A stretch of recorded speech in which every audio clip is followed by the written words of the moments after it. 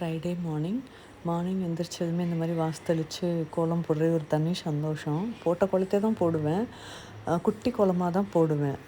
ரிப்பீட்டடாக இந்த கோலங்கள் தான் இருக்கும். ஆனாலும் எனக்கு அந்த வாசலே நிறைஞ்சிருக்கும் போது ஒரு தனி ஹாப்பினஸ், ரொம்ப சந்தோஷமாக இருக்கும். கோலம் போட்டுட்டு பிரேக்ஃபாஸ்ட்லாம் செஞ்சு சாப்பிட்டுட்டு அதுக்கப்புறம் அன்றைக்கி ஒரு மேரேஜ் ஃபங்க்ஷன். ஸோ நானும் வாசும் கிளம்பிட்டோம். காரில் ஏறினோடனே தான் வாசு வந்துட்டு இந்த கிஃப்ட் என் கையில் கொடுத்தாரு. அஸ்வத் உன்ட்ட கொடுக்க சொன்னால், இது வந்துட்டு நீ ஓப்பன் பண்ணுற வீடியோ வேணும்னு சொன்னான் அப்படின்னு சொல்லிட்டு, சரின்னு மேரேஜ் ஃபங்க்ஷன் அட்டன் பண்ணிவிட்டு நல்லா சாப்பிட்டுட்டு அதுக்கப்புறம் எனக்கும் ரொம்ப க்யூரியஸாக இருந்துச்சு, எப்படா அது ஓப்பன் பண்ணி பார்ப்போம் அப்படின்னு சொல்லிட்டு வெயிட்டாக வேறு இருந்துச்சு. ஆனால் அஸ்வத் சொல்லியிருந்தான், அவங்களுக்கு ரொம்ப பிடிச்சது தான் நான் வாங்கி கொடுத்துருக்கேன், உங்களுக்கு ரொம்ப ரொம்ப பிடிக்கும் அப்படின்ட்டு. சரின்னு முடிச்சுட்டு அதுக்கப்புறம் ஓப்பன் பண்ணால் எனக்கு ரொம்ப பிடிச்சது டெய்ரி மில்க் தான்.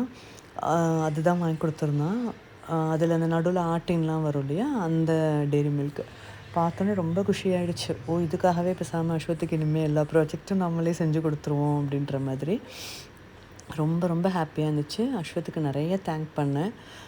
அப்புறம் அந்த வீடியோலாம் எடுத்துகிட்டு அதுக்கப்புறம் நானும் வாசும் வீட்டுக்கு கிளம்பிட்டோம். வீட்டுக்கு வந்துட்டு இந்த எண்ணெய் நல்லா ஃபில்டர் ஆகிருந்துச்சு. 2 days பிஃபோர் காய்ச்சி வச்சுருந்தோம் இல்லையா, அந்த எண்ணெய் நல்லா ஃபில்டர் ஆகிருந்துச்சு. அதை ஒரு கண்டெய்னரில் ஊற்றிட்டு ஒரு எவர்சிபிளர் பாக்ஸில் ஊற்றிட்டு, இட்லி பொடி இல்லை வீட்டில் தீர்ந்துருச்சு. சரி, அது இருந்தால் தான் இங்கே எல்லாேருக்கும் இட்லி தோசை இறங்கும். என்ன குழம்பு சட்னி என்ன வச்சாலும் அது இருந்தால் தான் இறங்கும்.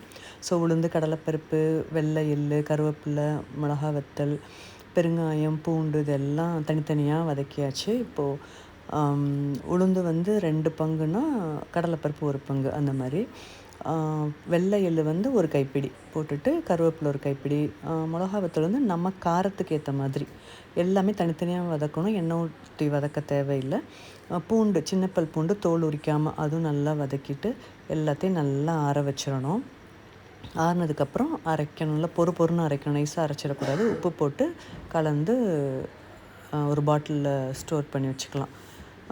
இது வந்துட்டு எனக்கு ஒரு 1 month அவ்வளோதான் வரும். கொஞ்சமாக தான் அரைச்சிருந்தேன். ஸோ 1 month வரும். ஸ்டோர் பண்ணி வச்சுட்டு, நம்ம சேனல் பிடிச்சிருந்தா சப்ஸ்கிரைப் பண்ணுங்கள்.